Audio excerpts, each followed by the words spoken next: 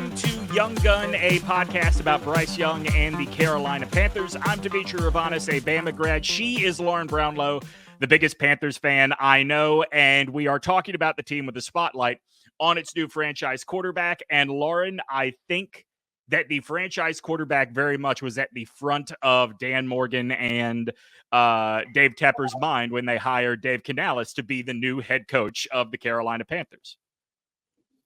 Yeah, I agree. I mean, based on everything I was reading and hearing yesterday, it seems like he's a guy that, people look at as a guy who can sort of rehab quarterbacks. And I think that makes sense. I mean, Geno Smith in Seattle, certainly, obviously. I mean, listen, it was funny. Bucks fan, I know, texted and was like, we only got 9 points against y'all. And I was about to, football explain. The defense wasn't our problem, but whatever. Right. It's fine. But I was like, yeah, but at the same time, like, what can I say as a Panthers fan? Like, they took Baker Mayfield, a guy that looked like ass in Charlotte. Yeah. And he looked like again, as we've learned, I think in this year's playoffs, to be clear, I don't think he's anyone's like franchise elite. No, that's not, but you don't always need that, as we've learned from these playoffs. You just need a guy that can get the job done. And he brought the best down in Baker. He found the good things in Baker and sort of channeled them in a positive direction and rehabbed his confidence. And I think that's going to be big for Bryce because, look, he's a human being. I'm sure last year affected his confidence at least a little bit. We saw it on the field. Like he was not very good at hiding that. No, sometimes no. I mean, he tried. It wasn't for lack of trying, for sure, to hide it. But every now and then we would see it. And also we could just, we know because he's a human and we would feel the same way. Yeah, I mean, to your point about rehabbing quarterbacks, obviously the last 2 years you mentioned Geno Smith and Baker Mayfield. I think it's important to point out that before Geno, his quarterback was Russell Wilson. Here's a dude with a track record with little quarterbacks as well. Yeah, no, for sure. The little tiny ones, especially. Yeah, that's right. Just like Bryce. Whether making them feel big inside, and look, Baker is Baker's on the littler side too. He got balls batted down all the time, so that wasn't as big of an issue this year, I don't think. So I think he gets it. He knows how to work with what he has. He knows how to make guys feel good. And it seems like the guys that he played, that he coached, really go hard for him and respect him and care about him a lot. And that's something we've talked about a bunch on this podcast, that you have to be as an NFL head coach. Hi, Dan Campbell. And I feel like Dan Campbell is like helping change the model almost of what teams are looking for when they're hiring a head coach now, which I think, by the way, is great. Yeah, no, I agree. I also think that, look, DanMorgan, who is the new GM, promoted from an assistant GM role, they worked together in Seattle. I don't know if you saw some of the quotes from Pete Carroll that were coming out yesterday, but it's clear, like, bosses really seem to like DaveCanales and seem to think that this is a guy that they can rely on, A, to carry out their plan, and B, to sort of be blunt with them when things are not working. At least that was the tone I got from the quotes from Pete Carroll. For sure. I think that, look, the players, like, there's this misconception out there, I think, about like this generation of players that you can't have like a guy who's hard on them and blah, blah, blah. It's like, no, they just want to be talked to like adults. Like, no, people that are growing up now just don't want to be screamed at like you're in the army. Because you're not in the army. You are a professional football player. And most people at their job don't expect to be screamed at. So I don't know why they'd be any different. You know what I mean? And like, I think that they just, but that doesn't mean they don't want you to be honest. They do. Yeah. They don't want you to blow smoke. They don't want you to sit there and be like, everything's great when they know it's not great. That I think they respect even less. So they do want you to be honest. They just don't want you to scream at them. I know that, especially coming off of this last season, we are used to not giving Dave Tepper or the Panthers the benefit of the doubt, and they certainly have earned that reputation. But I feel really good about this. Like, I really like this hire. I'm not going to say, like, it's clear. I don't think it's a secret, right, that Ben Johnson is the guy that Dave Tepper coveted. Clearly, Ben Johnson is not going to be the coach of the Panthers. And I think even though he got 2 virtual interviews, I think it was pretty clear pretty early he was not going to be the coach of the Panthers. I don't know that this is a worse choice necessarily. Like, neither of them have a track record of running a franchise to tell us that this is, a step down or a silver medal, so to speak. For sure. And I think, like, what did I say? I said I almost didn't want a name. That was my thing, because that would prove to me that Tepper and that the Panthers have taken the time to, like, get the best advice and find the best candidate, regardless of, like, what splash it might make or not. And so, and I wanted an offensive guy. Those were two things I wanted. And an offensive guy that shows a desire to continue to keep coaching football, unlike Frank Reich. Right. Right. So, caveat there seems important. So I got to tell you, I'm happy with it, honestly, as well, for now. I mean, we can't know, like you said, but at the same time, also, sorry, easy on the eyes. Just saying. Lauren, I would be lied if I did not say that was my first thought as well, was, oh my, we have a handsome coach. No, I mean, I sat in yesterday with on the Ovius and Giulio podcast, and literally I'm like, because I'm getting in not long after the news broke, and I pull up the old Google. I wish Ovius had been filming during this, because he made fun of me so much for this, but I was like, ooh, hello. Yeah. Oh, yeah. Like, I think this is certainly the most handsome coach in the NFL now, maybe since Cliff Kingsbury. Yeah, but although the years have not, the 3 years since then have not been kind to right. Cliff Kingsbury for whatever reason. But yeah, no, I would. I mean, he's definitely up there. Mike Tomlin, obviously, still a handsome man as well. Sure. Others, yeah. So I will tell you one thing. This hire changed my opinion of the DanMorgan hire. When Morgan was promoted, my immediate reaction was, oh, this is a sign that Tepper doesn't want pushback, right? Like, Tepper is clearly promoting a guy that knows what it means to work for Dave Tepper. But as quickly as Canales gets hired, knowing what their history is together, I got to imagine that hiring Morgan, the strategy of hiring Morgan, is at least in part to close the deal on who they wanted. You and I disagree a little there, only because Dan has actually, like, been working around this league for a while. Right. Right. So for people that don't know, even though his playing career was in Carolina, his front office career started in Seattle and then Buffalo before coming to Carolina. Yeah, so he's and that's the thing. Like, he has a reputation across this league and around Charlotte as well, but also across this league as kind of a no-nonsense guy who's not afraid to speak his mind. I don't think he's ever been afraid to speak his mind to David Tepper before. Maybe David Tepper doesn't always listen. Who knows? Yeah. But to me, this also shows me a sign that, like, I do think David Tepper is trying. I don't know what that means. I don't know if he's only doing it to look good. I don't really care. It does show me that he's at least trying, like, to hire. And you know what? This team doesn't have a culture anymore.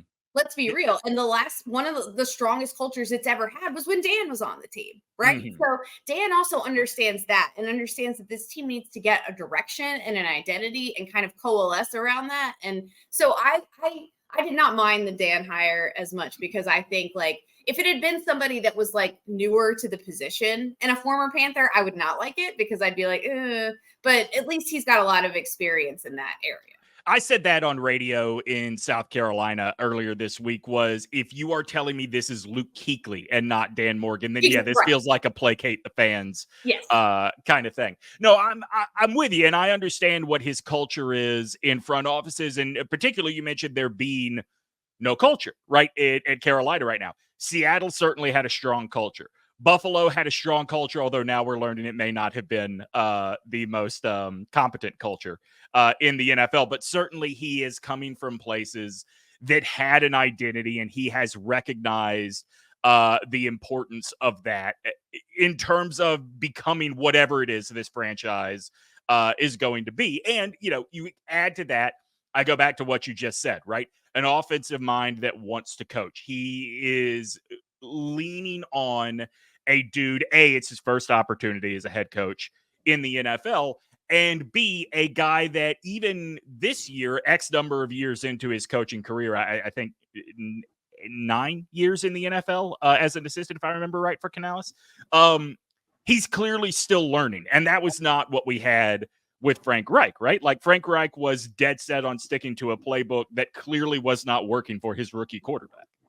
Yeah, I was going to say, and look, here's the other thing too, right? I mean, it would be one thing too if I felt like this was like their last choice, and no one else wanted it. But I do think that plenty of those retread coaches, at least based on what I was reading, they weren't going to be super picky about where they were ending up. So like if Tepper were really worried about like, let me get a name that people know and like, and was obsessed with just that, he probably would have hired like a Belichick.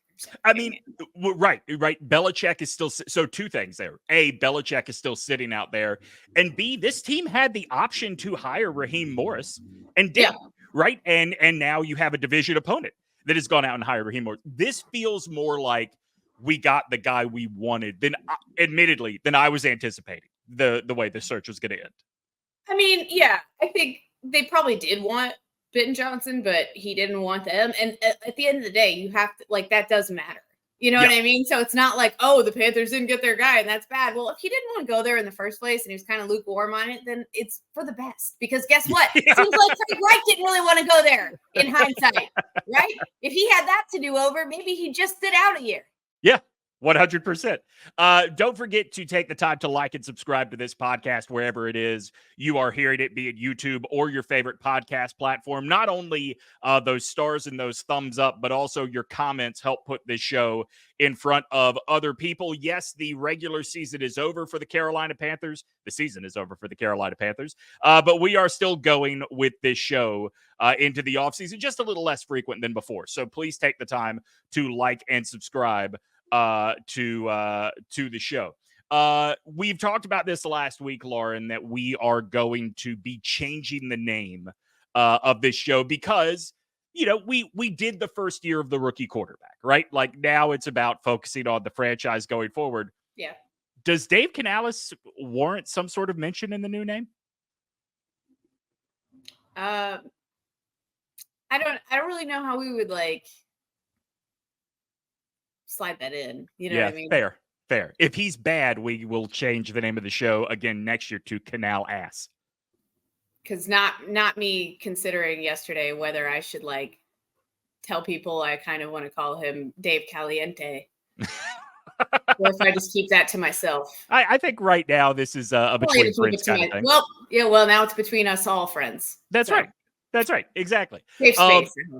Do you expect any continuity at all with the coaching staff? I mean, obviously there is not much that feels like you have to hang on to, but you see that player survey that The Athletic did that talked about how players around the league are high on Thomas Brown. Players around the league were high on oh Jesus, I've already forgotten the interim's name. What? Oh, you've forgotten what? Sorry. I forgot the interim coach's name. The interim coach. Oh, Chris. Like it's Chris Special Teams. Exactly. It's such a new day that I have completely forgotten. The season was so traumatic for me. I've just wiped it from my memory almost entirely. Like I'm literally. Why can I not remember his last name? Chris Tabor. Literally, what is it? Chris Tabor. Thank you so much. I was going to call him Chris Hurd, and I was like, that's not right. No. So Tabor and Brown have good reputations around the league, but the performance here doesn't necessarily warrant keeping them. Ejiro Evero got an interview for the head coaching position. He's obviously highly thought of. I'm really happy for him. He's been, I mean, I'm like, this is me with the caveat of like, hopefully they're not calling him to fulfill their Rooney Rule requirements. Yeah. But I think it's great. And I know like the Steelers, because Brooke Pryor was in yesterday on the show as well. And she's a Steelers reporter. She said the Steelers were talking to Thomas Brown for their open offensive coordinator job. I don't know that they would hire him. I don't know if that'd be the best place for him considering all the scrutiny, but it's great that he's getting these. I'm really glad that this year did not kill him. And I'm really glad that they did not give him that interim job because I don't know how much attention he'd be getting in that regard if he'd gotten that job and they'd ended the year the way that they did. So I'm really glad that he's getting that love still. I don't know that they're going to hang on to either of them. Maybe Brown. I mean, we'll see. I could see Evero's going to have options. Yeah, he's going to have choices. If they can hang on to him, I'll be thrilled because I think he did I thought he was the best coordinator this year. I thought he crushed it. I thought he did a great job. And you know, look, if they can hang on to Tabor, I wouldn't hate it either. I mean, I think I enjoy his frankness. I think the guys like him. You Yes, know, agreed. I think they were just so broken by the end of the season that they just had kind of it was too far gone at that point. I Mhm. really do. It also makes you look back at what Steve Wilkes did a lot more favorably too, Yeah. because they were also broken. Although maybe it's just different. I mean, this year just started, even in the preseason, it was just such a like, oh, this is going to be bad.